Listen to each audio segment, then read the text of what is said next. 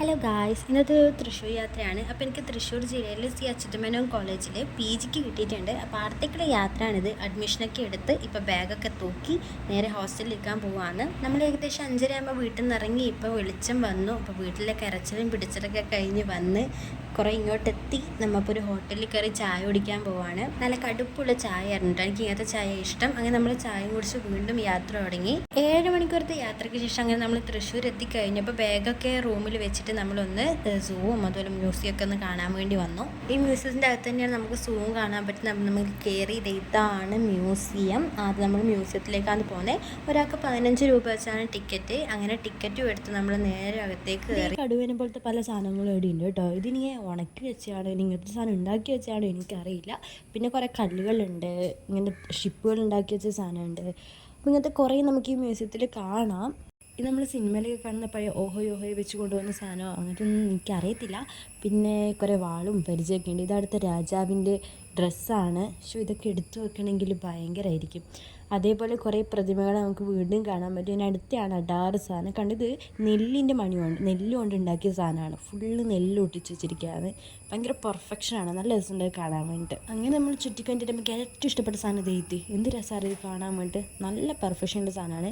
ഇനി എനിക്ക് കോമഡി സാധനം കണ്ട എൻ്റെ കൈ ഇരിക്കുന്നുണ്ട്. യോ പോലെയാണ്. ആള് ഭീമനാണേ. പണ്ടേ ഭീമന് യോ ഒക്കെ അറിയാം.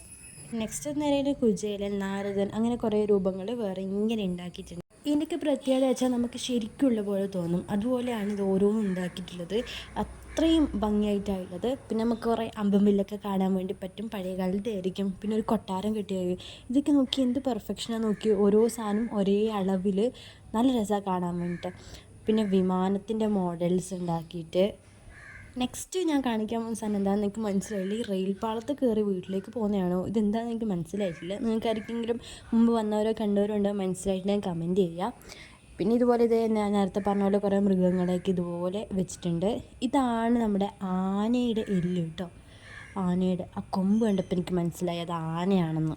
ഇത് തിമിംഗലത്തിൻ്റെ തലയോട്ടിയാണ്. എത്ര വലുതാന്ന് നോക്കിയേ. നമ്മുടെയൊക്കെ തലയോട്ടിയിൽ എത്രയുള്ളൂ. നമ്മളിത് എവിടെ കിടക്കുന്നത് ആ ചെറിയ തലയോട്ടി. അതിൻ്റെ അടുത്ത് തിമിംഗലത്തിനൊക്കെ എത്രയും വലിയ. നെക്സ്റ്റ് നമുക്ക് പാമ്പ്, പഴുതാര പോലത്തെ സാധനങ്ങളൊക്കെ ഇങ്ങനെ കുപ്പിയിലിട്ട് വെച്ച് കാണാൻ പറ്റും. ഞാനിത് ആദ്യമായിട്ട് കണ്ടത് ഞാൻ 10ലാന്ന് തോന്നുന്നു. 10ലോ +1 എനിക്ക് ഓർമ്മയില്ല. നമ്മുടെ അവിടെ പെരിയ പോളിയിൽ ഇതുപോലത്തെ ഒരു എക്സിബിഷൻ ഉണ്ടായിരുന്നു. അതിൽ ചെറിയ കുഞ്ഞിനെയൊക്കെ ഇങ്ങനെ കുപ്പിയിലിട്ട് വെച്ച് കഴിഞ്ഞിട്ടുണ്ടായിരുന്നു. അപ്പോൾ അതുപോലത്തെ കുറേ സാധനങ്ങളൊക്കെ കണ്ട്. പാമ്പ്, ഓന്ത്, ആമ, അങ്ങനത്തെ കുറേ സാധനത്തെ ഇങ്ങനെ കുപ്പിയിലിട്ട് വെച്ചിട്ടുണ്ട്. ഇത് നമ്മുടെ പന്നിയുടെ തല താഴെയുള്ളത്. മറ്റത് സിംഹത്തിൻ്റെ എല്ലും കൊട്ടാണ്. ഇതാണ് ആ മാമനെ കുപ്പിയിലിട്ട് വെച്ചത്.